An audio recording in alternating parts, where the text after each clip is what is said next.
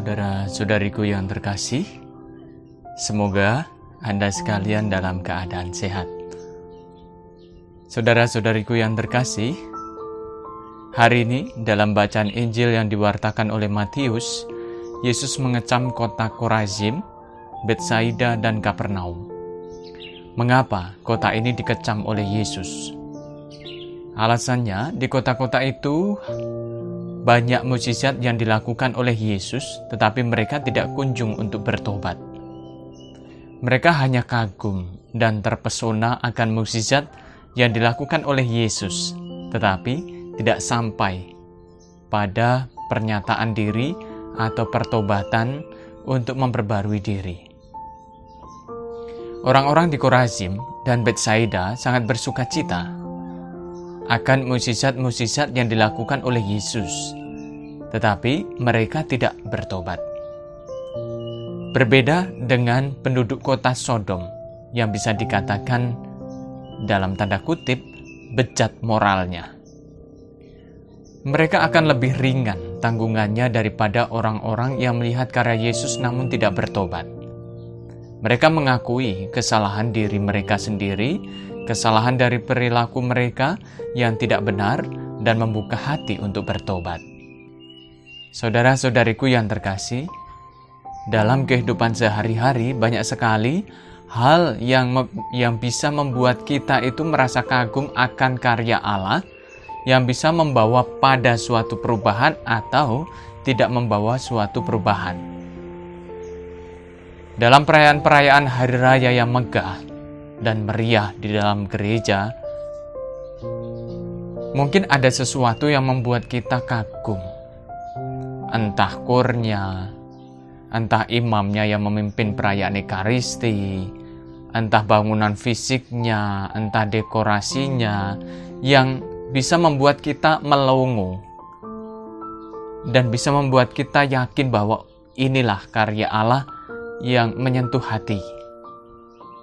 Akan tetapi, selepas dari perayaan liturgi yang meriah itu, kadangkala tidak membawa atau tidak mengubah orang untuk bertobat. Kagumnya itu hanya ada di permukaan saja, tidak sampai pada kedalaman hati dan membangun niat. Mengapa dengan kekaguman tersebut kadang tidak membuat kita untuk merubah diri? Alasannya, karena tidak ada keterbukaan hati. Mengapa tidak mau membuka hati? Alasannya karena malu. Yang seperti itu sudah biasa.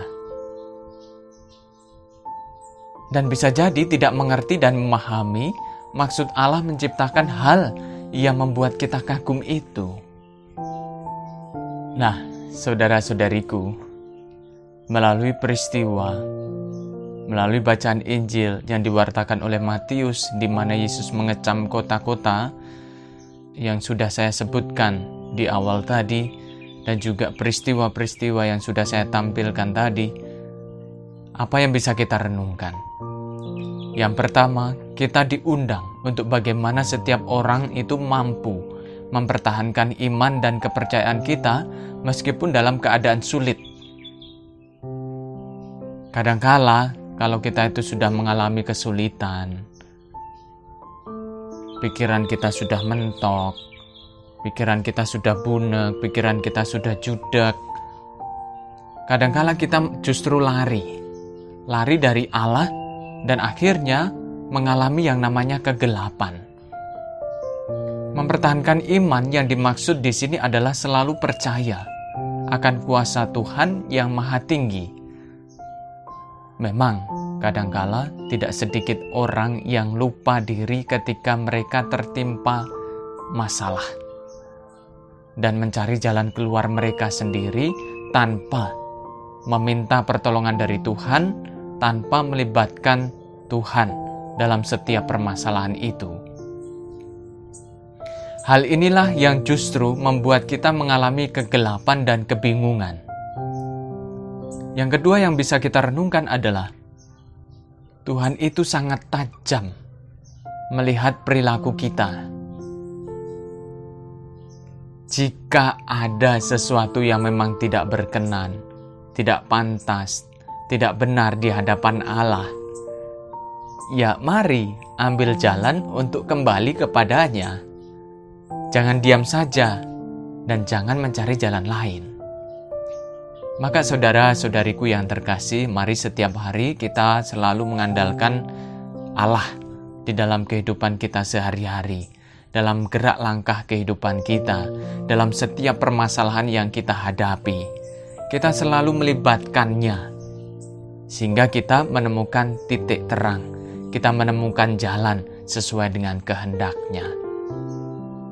Semoga Allah yang Maha Kuasa senantiasa memberkati kita semua. Tuhan memberkati. Vivat Cor Jesu, Per Cor Mariae.